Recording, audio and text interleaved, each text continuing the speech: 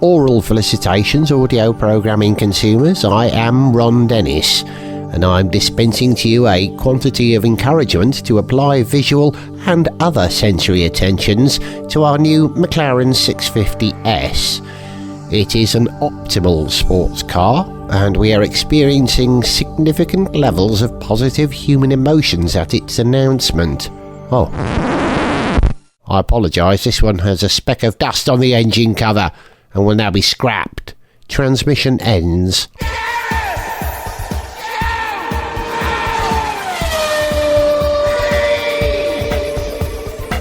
Hello and welcome to Gareth Jones on Speed.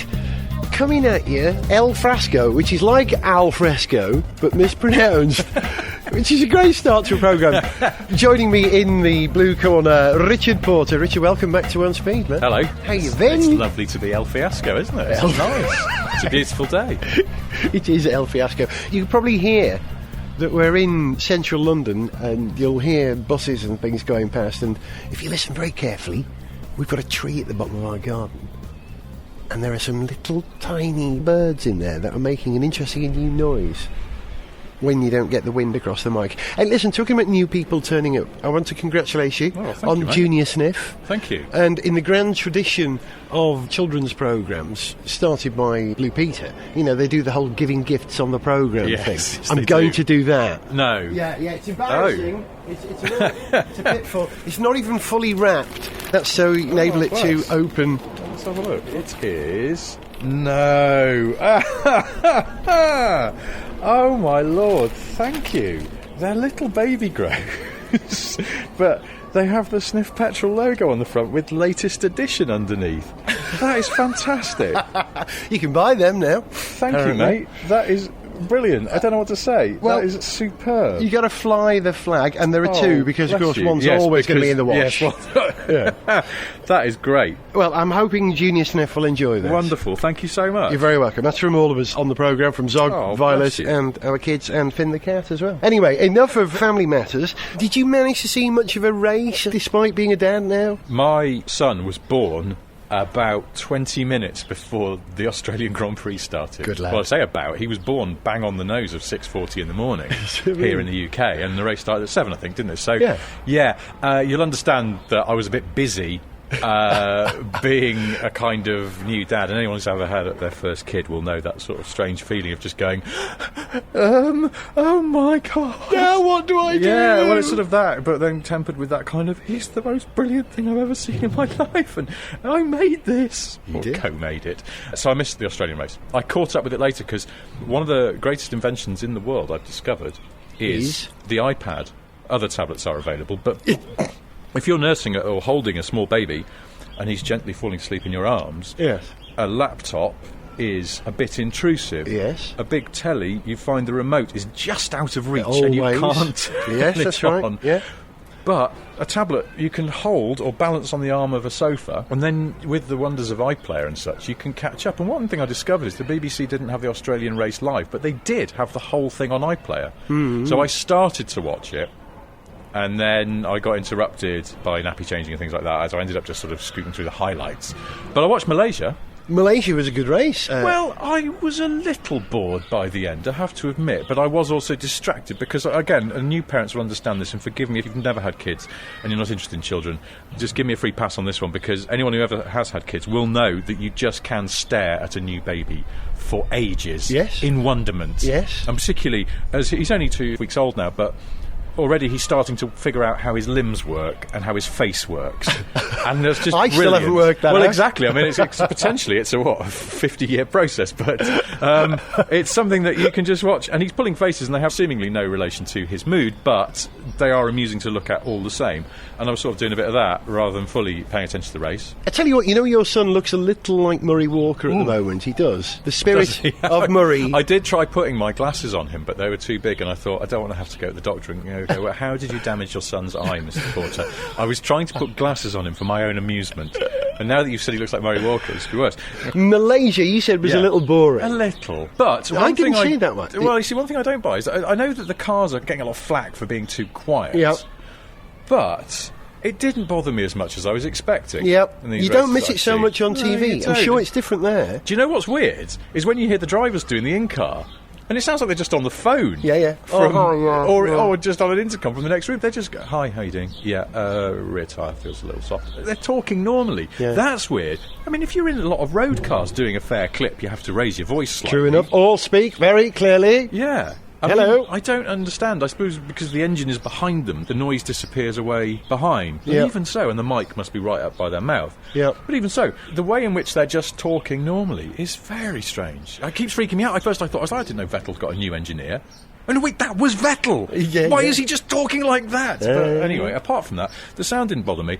The start of that Malaysia race was actually quite dramatic, wasn't it? There was a lot going on. And I always know if the racing is gripping and absorbing you because I stand up sometimes. Yeah, yes, And I we all realised do. I'd stood up. I didn't have a baby on my lap at the time, fortunately, because that would have been bad. But I stood up because I was like, wow, this is going to be great. And then it sort of ebbed away for me. I've got a good sized screen here, and yet when stuff happens, I stand up and walk over towards the screen. I want to get in there with it. Yeah, you know. exactly. It's that, isn't it? You want to get close to the telly, and that's part of it. I think we all do that. It was good, you're going to hate me saying this, that Red Bull's performance was better than we were expecting it to No, be. I don't begrudge that. Yeah. No, why would you think I was Well, no, taking some horrible Schadenfreude from them having an awful testing season? I like the fact it's mixing it up. But, Yes. But I also quite admire the fact they've somehow pulled it out of the bag. 'cause, Incredible. Yeah, that car looked like absolute dog poo during testing. In a year when the other teams are saying, no, it doesn't have to be quick for the first few races, it's just got to be there and run to the end.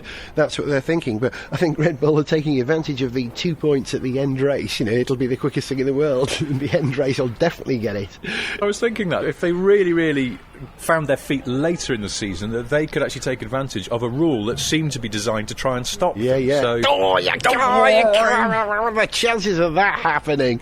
But the Williams romance is about to return. It was announced today that Smedley's going to Williams. I think his contract finished with Ferrari on April the 1st. I thought this had already been announced. Sorry, it was announced that he'd started Oh, I today. see. He's Right. in there.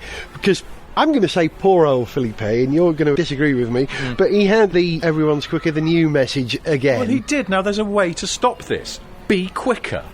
I mean, I know it's easier said than done as we stand here in a garden in North London. Neither of us are professional racing drivers, but it does strike me that he ain't got the chops for it anymore. They should just find somebody else, because if he's being told at a whole different team with a whole different teammate in a completely different car that he's not fast enough and he must let his teammate through, well, we've been here, haven't we? Well, not only have we been here, but we've used the exact words. I thought it was a very unfortunate choice of words. Whoever's going to be the race engineer, Smedley, will... Well, no, is he, though? I thought I'd read when they signed him that he wouldn't, because they were going to bed him Really? in with a new guy and that Smedley would come in some other role. I don't know. Wow. I could have got that wrong, but I'm sure when they announced it that that's what they said, that he wouldn't. Because I thought, oh, brilliant, we'll get to hear him going, come on, Felipe, the roundy thing in front of you changes direct... You know this, come on, it's basic. Oh, you've got to feel for him, because to hear those very words while he's in the car, no matter how you feel about him, to have it delivered in that way... I know. It was so knowing, and yet I'm sure it wasn't meant to be. How can you not know that? Surely they listen to this podcast, at least. Yeah.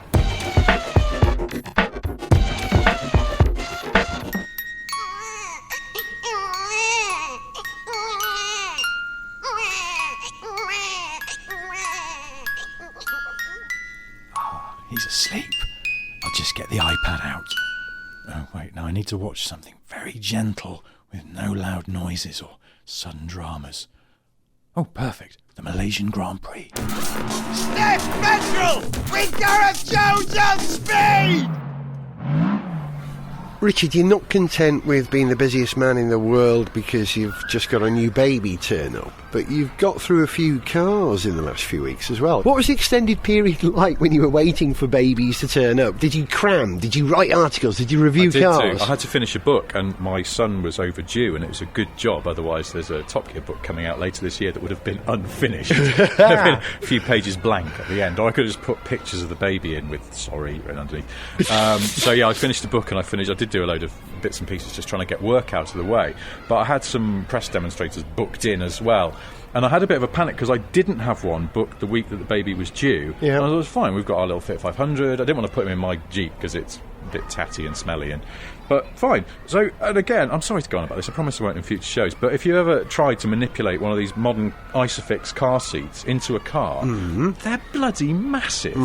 So it turns out, in the house, the car seat looks reasonable size, it looks baby size. Once you introduce it into the interior of a Fiat 500, it is the size of the interior of a Fiat 500. And I could get it in the back and clip it all into the Isofix mountings and things like that, but the passenger seat had to be sort of hard against the dashboard. And because I'm quite tall, the driver's seat is far enough back that it almost touches the back seat. So the baby's about a yard in front of you? Well, so, yeah, that's the thing. On the one hand, look down and there would be the baby's head right by my shoulder. But coming back from the hospital, that first journey, that event, that kind of significant moment where you bring the fruit of your loins back home to his home. And it was going to have to be me and the baby and my wife in a cab behind us. And I was thinking, this is terrible. It can't happen. Anyway, he was overdue. Happy times. Just by chance, I'd got booked in to borrow and test a Mercedes S-Class. So that's the sort of from car. the sublime to the ridiculous, from trying to fit a baby seat into a Fiat 500 to putting it in the back of an S-Class, like a business baby. So he came home like a boss. It was quite brilliant. The only thing being that, when we got back to the house, I parked at the curb, went around, opened the back door. He was behind me, so I looked and I thought maybe he was shivering. I wasn't sure, that nervous news. Oh my God, the baby's too cold, I had the aircon on. Grabbed him into the house where I'd already put the heating on when I'd gone home to get the car. Oh, warm up the baby, warm up the baby, warm up the baby. Oh, he's okay, okay, he's safe, he's safe. Where's my wife? I said, what's she doing? Why is she just sitting in the car? Now, my son had to come out by caesarean. Yes. And caesarean, obviously, they cut you open, so you're a bit sore. You're not supposed to exert yourself because you'll pop your stitches. It's very hard. Now, the Mercedes S-Class has very big, heavy doors with this stop system. The doors, normally, you open a car door and it's got stops on it, but they're sort of preset points. Yeah. And you don't have to push the door right open for it to stop and stay open.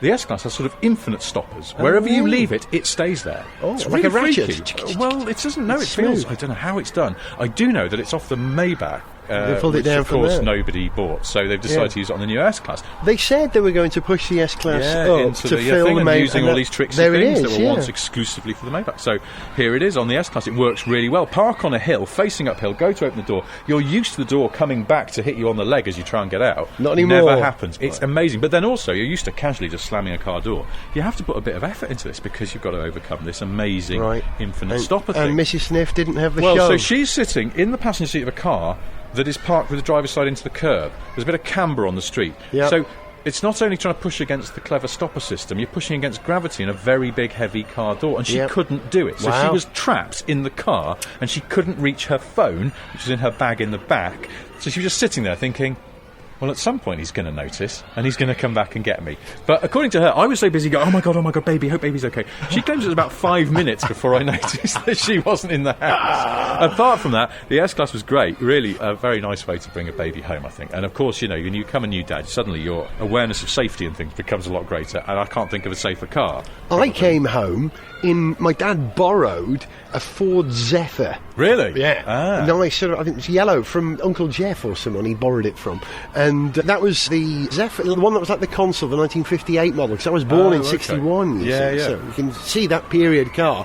But for your son to arrive in an S-Class, is this the status of family cars to come? You know what you're going to go through, I predict, in the next few years, certainly in the next 2 years, you're going to be saying, well, you see, it was all very well being low down at curb height before babies turned up, but now I see the benefits of the MPV and the 4x4 saves you back. When you're loading kids in, MPVs are good, a 4x4 less good, because there's a higher drop for children to fall out of the car, whereas an MPV, you got a low floor, that's perfect. I've also been told, and this fills me with dread, but I've been told that cars with sliding back doors are good, because then in a tight car park space you can still get the door wide open, get a seat in and out, but that does mean driving something like a Ford B-Max or a Chrysler Voyager, and it just... Or a Peugeot 1006, was it? 1007. I'd rather put the boy up for adoption than get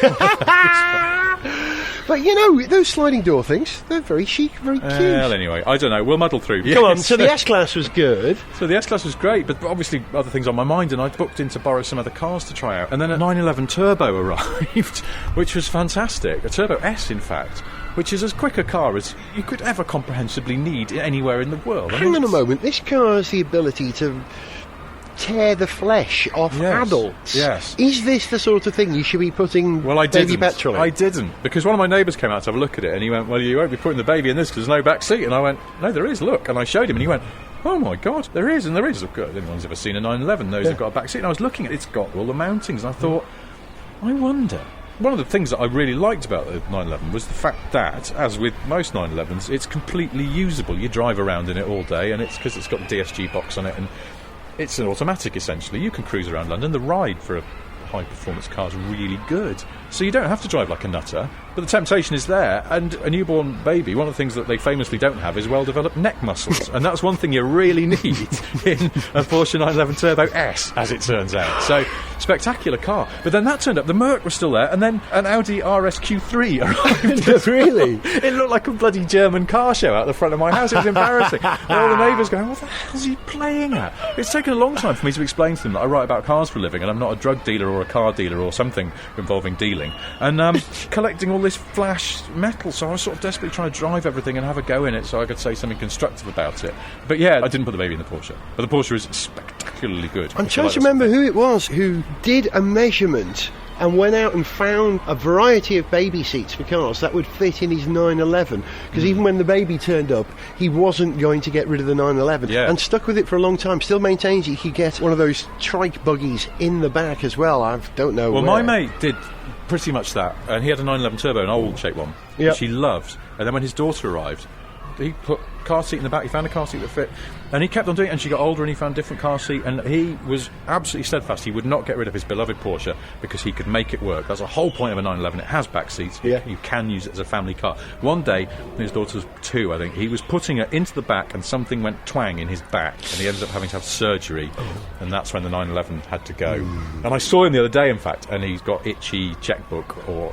Itchy checkbook. Like it's the 1980s. He's got an itchy bank card, internet transfer, and he wants to get another car. All roads keep leading back to another 911. Really? Yeah, he just wants another. When's that Porsche Panamera Sportback? Is that what they were calling it coming out? Will it Stacey one? I don't know. They sort of hinted that it might. Because that'd do us all, wouldn't it? Do you know what I was thinking this morning? I was walking the dog and I saw several Porsche Cayennes. I took a little sort of circuitous route round near where I live into sort of some of the posher streets, and I saw quite a few Cayennes, and for some reason I was just noticing the Cayennes everywhere. I was like, oh, Cayennes. Good job Zog's not here. He'd be furious just at the mere presence of these cars. And then I rememembered that Porsche Macan's coming quite soon. Some of the magazines have already driven it, and it sounds like the Cayenne. It's really good for what it is. I was looking around, and I just thought, they are going to sell a shed load of those Macans. I guarantee that car cannot fail. Well, the Audi Q3, you had the RS Q3. Yes. What's it called? Q3 It's called the RS Q3. RS in Q3. that order, It's hard to get your head around. But you see plenty of the smaller of the Audi 4x4s around, They're and I don't everywhere. mind them at all. I had one that I thought was all right, a bit odd. It sort of teetered diagonally. I thought that was a Q5 you had. You're right. Q3's even Q5. smaller. You had the RS Q3. Yeah, the littlest one. I was thinking. It's not very. You know, I think people think of RS Audis and the RS4. Do you remember the RS4 with the V8 and the manual gearbox? Yeah. Sort of old generation. Yeah. That was a spectacular car. I mean, just sensational. One of my neighbours used to have one, and I used to look at it and just covet it so much. It was the estate, Thou wasn't shalt it? not covet thou neighbour's Audi. But in this case, it was a saloon as well. Wow, weirdly, rare. Rare. Yeah. With those flared arches and things. And I just thought, it was a mega car to drive, and they've never quite recaptured that. And how good that is. A lot of the RS cars tend to have sort of slightly clunky ride, and they're always very fast, but in a sort of slightly artless way. This RS Q3 is brisk. It's got 5-cylinder engine. It's got quite a slopey back, hasn't it? I don't like the slopey back. The front What's looks the really point? good, but the slopey back, it just looks apologetic and slightly wimpy to me. Yeah, I don't like it. Sorry, the engine. 5-cylinder 2.5 out of the TT RS. Right. It sounds quite rough at low revs, and then you clog it and it goes like a Quattro rally car, sort of. Like a Quattro rally car in the next room. So the engine's all right, the gearbox is all right, and it's fine, but I don't see the point, and it's nearly 45 grand. I mean, you put some options on it, it's a £50,000 car, and it's still quite small, and just why? And there is the SQ5. Yes, which one I down, drove. one up. Yeah. So exactly. Yeah, yeah. Well, it's the thing. Because of that yin and yang, Yes. it's bigger. Yes. Yeah. But it's not an RS, it's only an S. yeah. Down again, so... You back to where you were? No? Well, it's almost the same price. I think Really? it's like 1,500 quid or thereabouts, 1,700 quid between them. I would have the Q5 if Yep. I had to, every time, because I just thought it was a more pleasant car, because it was trying not to be as sporty. It's a diesel, but a really grunty diesel, and quiet as well. when you wanted it to I'm be. reminded of what Ford dealers used to say when people used to go in to buy the new car. Yeah. Ford dealers would say, I'd have a Fiesta, it's the same money. Yeah, well, I did, because a while ago, before we bought our 500, I was looking at buying a Cat, because it's the Yeah. same car underneath, and they were Yeah. doing incredible deals for them. And I spoke to a mate at Ford, and I went, have you got any, like, demo cars or anything that you can offload? Because I might be in the market for a Cat. And he went, you can get you a Fiesta. Yeah. No, but I'm quite interested because I like this compact.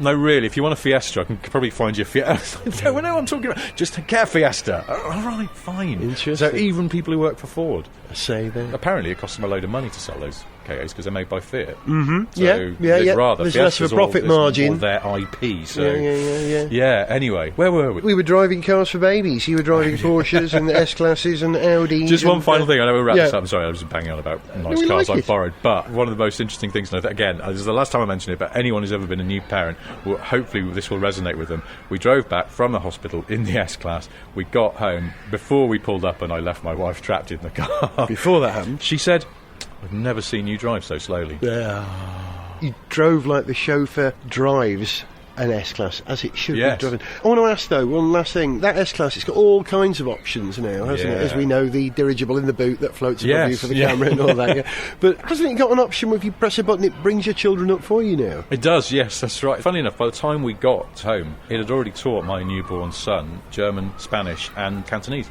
Really useful. What a car.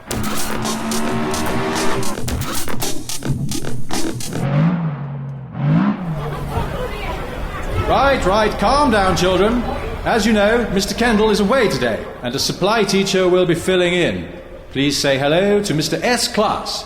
Yeah, hello children, I am Mr. S-Class. Come on, children, there's nothing to be afraid of.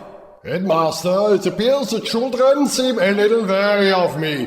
Perhaps they have never been taught by a large German luxury saloon before. I wouldn't worry, Mr. S-Class. This is Surrey. It's simply the children have never had a teacher who's black. Gareth Jones on speed.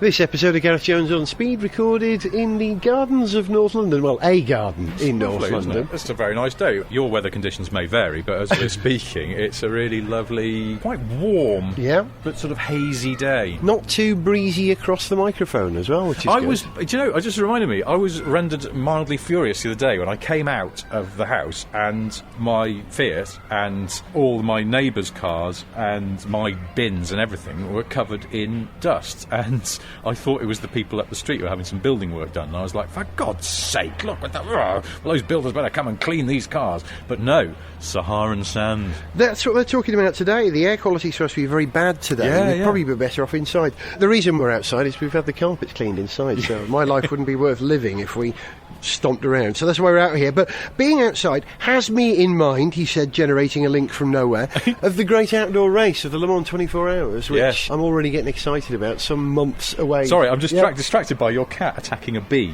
Should I stop him attacking a bee? Yeah, Finn, leave the bees. No. Chase the flies, but leave the bees. He torments the bees. We've got this Bengal cat who thinks he's a ferocious hunter, and he's tormenting a bee at our feet. Finn, you going to say anything? That noise No? was a cat banging his head on the microphone. I thought he might meow. He's usually very vocal. I hope the bee's gone. Anyway. He's gone. Sorry, Big Outdoors has me in mind of the great outdoor race of Le Mans. He's found the bee again. Finn, leave the bee alone. There we go. Bee, Bee's fly gone. away. He's Bee's gone. escaped. Right, I spend more time outdoors, perhaps at Le Mans, apart from when I go camping for 2 weeks in August. Le Mans is the big outdoor event, but the Le Mans Leviathan has started rolling. There was the test at Paul Ricard last week where Audi, Porsche and Toyota ran. Did you see that silly Photoshop mock-up I did? did. Did you see it? Yes, I did, and because you're absolutely right. Now, Can you explain this to me? Because it seems to me that the Toyota particularly, but all of the cars have gone for very upright, sort of pontoon front wings if they were road cars. Now, is this because there's slightly more strict regulations on the length of the cars? I don't know. I think it's probably aerodynamic. Above anything, it's aerodynamic. I described it as two 1930s Streamliner American locomotives with Concordsky, the nose of Concordsky, the Tupolev 144 parked in between it. You're right, the sort of the pontoons, the front wings, are really vertical. And as I understand it, the greatest effect they would have is rather than allow air to go over the top of the vehicle, it pushes it round the outside or force it to make a decision. Just as a whistle, when you blow a whistle, that sound that you get from a whistle, that vibration, is the air flipping from one side of an edge to another. And this will do the same. It will force it outside or inside. So I think it's purely aerodynamic. Whether it's to do with cooling, the increased cooling requirements of cars which are supposed to have more energy recovery this year than they ever have before, whether it's driven by that, it's a possibility. But Audi have sort of pulled back on the energy recovery on the car a little bit. So I heard, yes. Explain. Well, they had a separate system where they were recovering energy from the front axle, I believe, using a motor. But they also had a turbine which spun up, which stored energy, which then helped drive the electric turbine to compress the engine. But they've done away with the second of that. This is interesting, because do you remember we were at Le Mans a couple of years ago, and something like for the last 2, 3, maybe even 4 hours, the Audi that won stopped being a hybrid. Actually, the energy recovery system had stopped working. Yeah. And I think that over a 24-hour race, you've got more variables if you've got more systems on board, and they're weighing up the reward that they get against what the chances are of it breaking down over 24 hours. Yeah. That's what I thought. I thought they've decided to simplify. Yeah. Because that can be the only explanation, surely. Zog would enjoy that. He believes in simplicity in engineering. That's what they're doing. But the Toyota that's at close to 1,000 brake horsepower? Apparently so, yeah. Really? Who knows? Wow! I suppose they don't want to really say, do they? Because they don't want anyone to really know. But it's all very interesting and very exciting, because the Toyota should be good, but the Porsche seems to be going well. On the button. Now testing in its full livery and everything looks interesting. And the Audi, well, you wouldn't bet against Audi, would you? So all bets are off, really. That's what you want, isn't it? It's going to be tough to beat Audi, no matter who you are. But Toyota have had 2 years working it out now. They should know how to do it. Porsche coming in and do it. The last time they won it at their first attempt in a category other than a GT category was when Verstappen won it in the Spider in LMP2, and that car had been tried and tested across a couple of seasons elsewhere. We'll see. Can Porsche do it? I wish them well. I wish them all well. You know, it's like at Le Mans, no matter who wins, you go, oh, well done, that was great. I know, that's the thing. You just don't know. You really couldn't call it, but that's the way you'd want it to be. And in a way, F1 is why this season seems promising, because again, you just don't know. But Le Mans is a bit special like that, because it is that sort of ultimate test of, and it's a one-shot deal. I know there is the whole series, but let's be honest, we tend to focus just on the Le Mans 24-hour race, and that is an event in its own right, and I can't wait to see it. I wish I was going. I got invited and then said no, because I thought, well, I'd be neglecting my duties at home. And then mentioned this to my wife. She went, "Why'd you say no?" I went, "Because I thought I'd stay here." And she's like, "You love Le Mans." I was like, "Yes, I do love Le Mans, don't I?" But I don't know. You may have the best wife in the universe. I do. I think I do. Yes. If only Violet and I were married, I could say the same as well. Talking about race series other than Formula One, you know that A1 is back. Is it? Kind of. You're not confusing it with A1, the boy band, who were on ITV's The Big Reunion. Damn it, that was it. I knew there was a confusion. A lot of noise, a lot of colour. Yeah, it's vacuous. Exactly. It's very. And A1 actually were very international as well, because one of the blokes in A1 was Norwegian. I discovered from watching The Big Reunion, and I'm not ashamed to say that. I think it's a very watchable programme. Well, apparently someone has bought a dozen A1 GP cars. They're running with the same Zytec engine. Sorry, this is the Series 1 A1 cars. Okay. Before they went to those silly Ferrari knockoffs. Yeah. Made by Polski Fiat. So I think I know where those cars have been. I think you do. I probably shouldn't say, but I do know where they've been. I forgot to tell you something about that that just recently I saw the doors of a warehouse open, and there were loads of A1 branded crates still in there, and this was only a couple of months ago. So, well, I think they've all been bought by an operation who are calling themselves Acceleration. This is are they spelling it with an X? No, they're not, but they could. They could. No, they shouldn't, because I find that slightly annoying sometimes. Acceleration. It's quite 80s, isn't it? It's an interesting package of races. They've bought these cars, they're running those as Formula Acceleration 1, FA1. Right. But they're putting a package of races together that will tour, that include A1, they include Legends, you know, those crazy little 1930s things that you get out of and stand on the roof of, big wheels, like Ford Pops in micro, those, and trucks as well. Oh, God. And concerts by probably A1, I would imagine. Well, they're going to be... the synergies alone are worth it. And they're back together, as we know from ITV's big reunion. They're selling it cheap, there's gigs all over. This is mad. Races all over Europe. But this just sounds like the kind of stuff you end up watching late at night on Eurosport or something. Is Eurosport still going? Almost certainly not, but yes. Yes, it would have been. Well, all right, let's pretend it's the 90s. It's late at night, and you're flicking between channels, and you go, oh, look, there's those things that look like little Ford Populars. How did someone come up with that as a race series? I don't know where that came from. And it's been going for ages, and it's completely mental. Oh, yeah. How do you drive those things? I don't know. I know how you drive the A1 cars, so they're a bit of a handful. They're not an easy car to drive. They're a bit crude in some ways, but that was the whole essence that was sort of level the playing field. But A1's kind of back. There's Team Sweden, Team Brazil, Team Belgium, Team Orkney. Team Anglesey. Still some debate about whether Team Britain should include Scotland. They're going to have a referendum about it, I think. Oh, that could get complicated. But I'm very pleased to see it back because I love those cars and I love the noise they make. And as you know, the end of this programme, you know, Violet says, Gareth Jones on Speed, made in London, and you hear... That's Jos Verstappen, that is, recorded by me at Brands Hatch in the old A1 GP 4.5 litre Z-Tech V8, tearing up the pit lane and leaving in Does some that mean, style. does Jos the boss get a royalty every time we end this show? Oh, he's not the boss of anything anyway. He wasn't really. No, his son's the boss now, apparently. Really? He's into Formula 3 now. Huge litigation from Bruce Springsteen about that. I can't remember what Jos's son's name is, but it should be something that rhymes with something that means the same as boss, doesn't it? Like he's called Buvner. Buvner the Governor. Or perhaps if he was called Gaylord the Overlord, that would do it. Perhaps not. I don't know. Do you think that the Verstappens put a lot of thought into this as a future-proofing their son? Oh, having a nickname that has that sort of rhymes with my first name has been very good to me. This is what I think I did a joke about that on Sniff Petrol about Guido van der Gaard tried to do the same and then thought better of it.